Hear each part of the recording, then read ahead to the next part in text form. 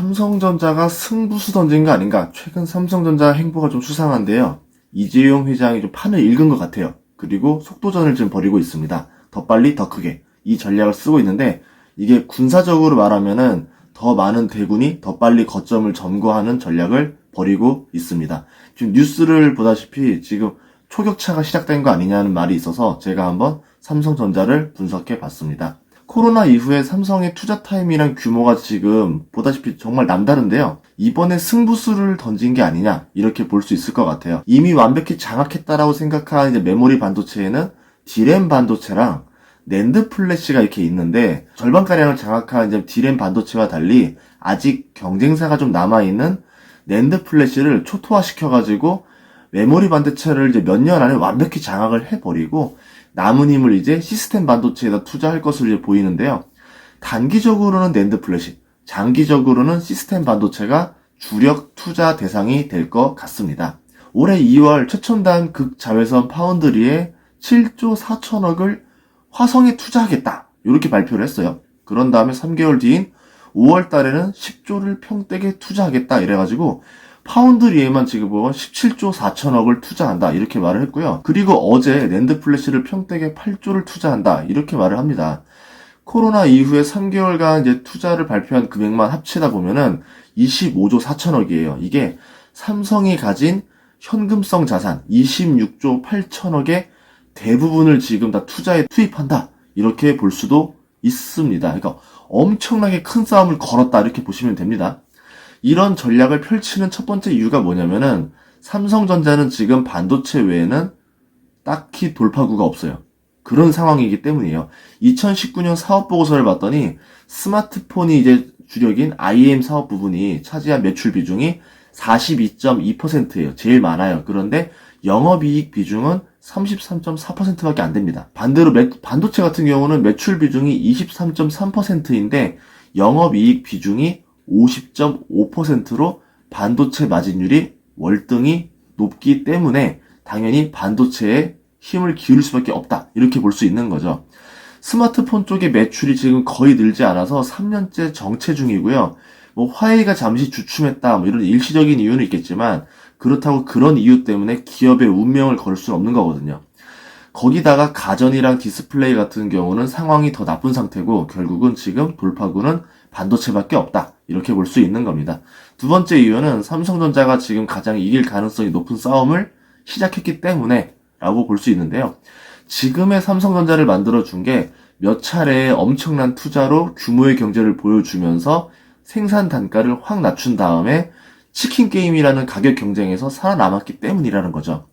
어차피 몇 년 뒤에는 4차 산업이랑 5G로 인해서 시스템 반도체, 메모리 반도체 수요가 엄청나게 늘어날 건데 이제 뭐 무인 자동차, 드론, 사물 인터넷, 인공지능 등 모두 반도체를 필요로 하는 것들밖에 없잖아요. 그러니까 앞으로 반도체 주문이 늘어날 수밖에 없다. 그러니까 지금 그 수혜를 받는 건데 누가 더 많이 받을 것이냐. 차라리 이참에 큰 싸움을 걸어서 죽을 애들 다 죽고 살아남은 애들끼리 이거를 다 가져가자. 결국은 지금 승자 독식으로 가기 위해서 치킨 게임을 거는 게 아니냐. 이 타이밍이 걸어야 되는 타이밍이기 때문에 이렇게 볼 수도 있는 겁니다. 공장이 완성되는데 걸리는 시간이 꽤 걸리기 때문에 이제 주문이 급증하는 시점에 맞춰서 공장이 짠 하고 탄생해야지만 가장 유리한데 이제 그 타이밍을 누가 언제로 보느냐. 이게 이제 투자의 핵심이 되는 거겠죠. 아직 경쟁사들이 대규모 투자를 할 여력이 좀 없긴 해요. 그리고 타이밍을 계산하는 게 어렵기 때문에 지금 움직이지 않고 있고 뭐 중국의 뭐 양쯔 메모리가 뭐 128단 낸드 플래시를 연말에 양산한다 뭐 이렇게 말하면서 아래에서는 또 치고 올라오는 것들이 있기 때문에 지금 승부를 걸 타이밍이 도래했다 이렇게 삼성전자가 본 것 같습니다.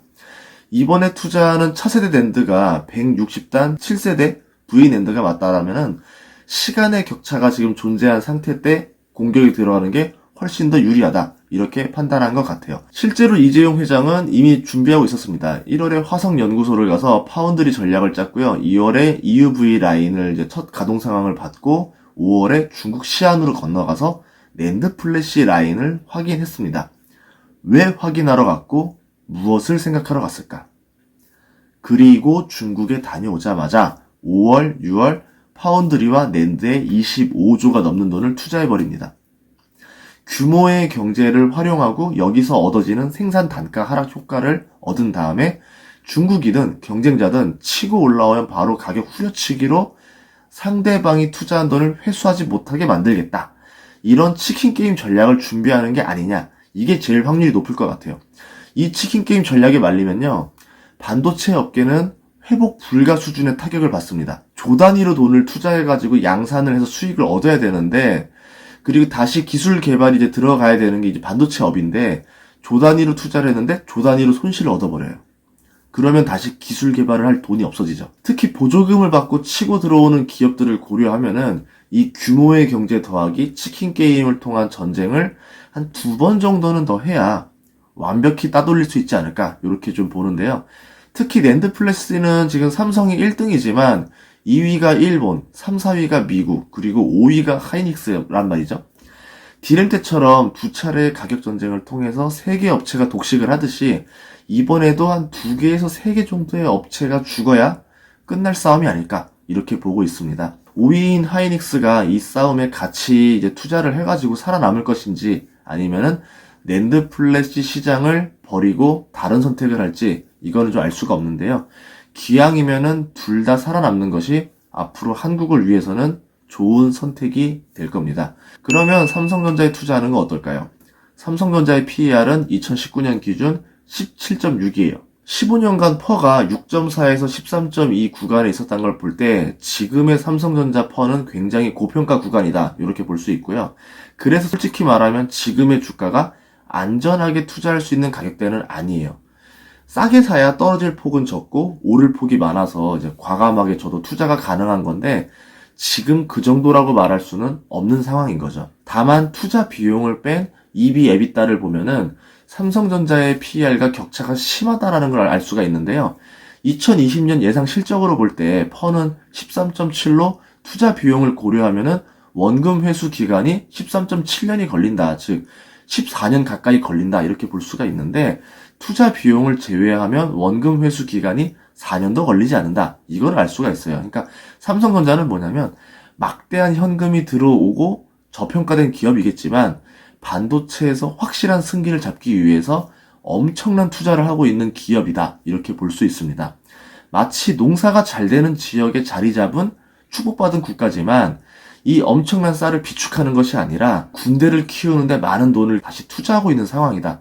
뭐 유럽으로 치면은 중상주의를 펼치고 있다, 이렇게 보시면 될 것 같아요. 다만 이익의 절반 가까이의 몫을 지금 주주들에게 배당으로 주고 있어요. 배당 성향이 44%가 넘습니다.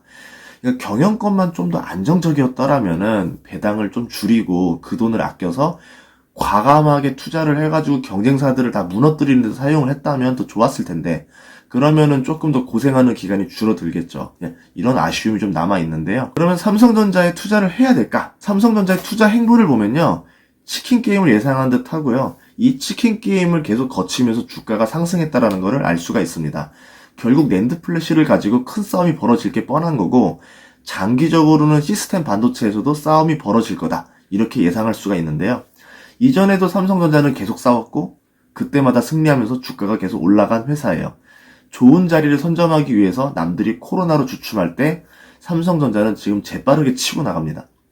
굉장히 좋은 자리를 선점하기 위해서 지금 엄청난 도박을 걸었다, 이렇게 볼 수 있는데, 그래도 1월부터 5월까지 돌다리를 두드리듯이 현장을 직접 살펴보면서 한 결정입니다. 이게 한 짧게는 2년 정도로 보고 있고 길게는 그 이상을 봐야 되는 싸움이지만, 한 10년을 바라본다라고 하면은 이 싸움에서 삼성전자가 이길 것이라는 확신, 그리고 충분히 그 상승의 열매를 얻을 수 있을 것이라는 생각이 듭니다. 이 10년 동안 얼마나 전리품을 얻을지는 좀 모르겠지만 2007년에 대만발 치킨 게임이 시작하고 나서 삼성전자가 12년 뒤에 주가가 5배까지 올랐다는 사실을 보면은 충분히 많은 전리품을 얻을 수 있지 않을까, 이렇게 생각을 해보고 있고요. 만약 삼성전자의 전투력을 두려워해가지고 경쟁사들이 치킨 게임에 참가하지 않고 알아서 수그리면은 이 싸움은 굉장히 빨리 끝날 수도 있어요. 장기 투자자 입장에서는 차라리 화끈하게 한판 붙고 상대가 완전히 몰락해버려가지고 다음 치킨 게임이 일어나지 않는 것이 오히려 저는 더 좋죠. 그래서 2년 후에 큰 판이 벌어지는 거를 솔직히 내심 기다리고 있긴 합니다. 지금은 아니지만 2년 뒤에 치킨 게임이 끝나고 세 가지 주기 이론이 모두 호황을 알리는 2023년에서 2025년이 도래하면은 주가도 지금보다 한 단계 더 업그레이드 되지 않을까 이렇게 생각을 하는데요. 투자 타이밍은 지금 누가 이길지 확률이 낮을 때 투자할 수도 있고, 아니면은 한창 전쟁 중일 때 그 상황을 보면서 투자할 수도 있고, 아니면은 전쟁이 끝난 다음에 완벽히 확신을 가지고 투자할 수도 있습니다. 하지만 언제 투자냐에 따라서 누가 더 저렴하게 살 수 있느냐가 나뉘는 것이고, 나중에 팔았을 때 그 수익률이 달라지게 되겠죠. 그러므로 누구의 추천이 아니라 본인이 정보 조사를 해서 확신을 가지고 두려움을 이겨낼 수 있는 타이밍에 투자하시길 바라겠습니다. 이상으로 삼성전자에 대해서 마치겠습니다. 다음 시간에는 제가 또 다른 좋은 기업들을 가지고 와볼게요.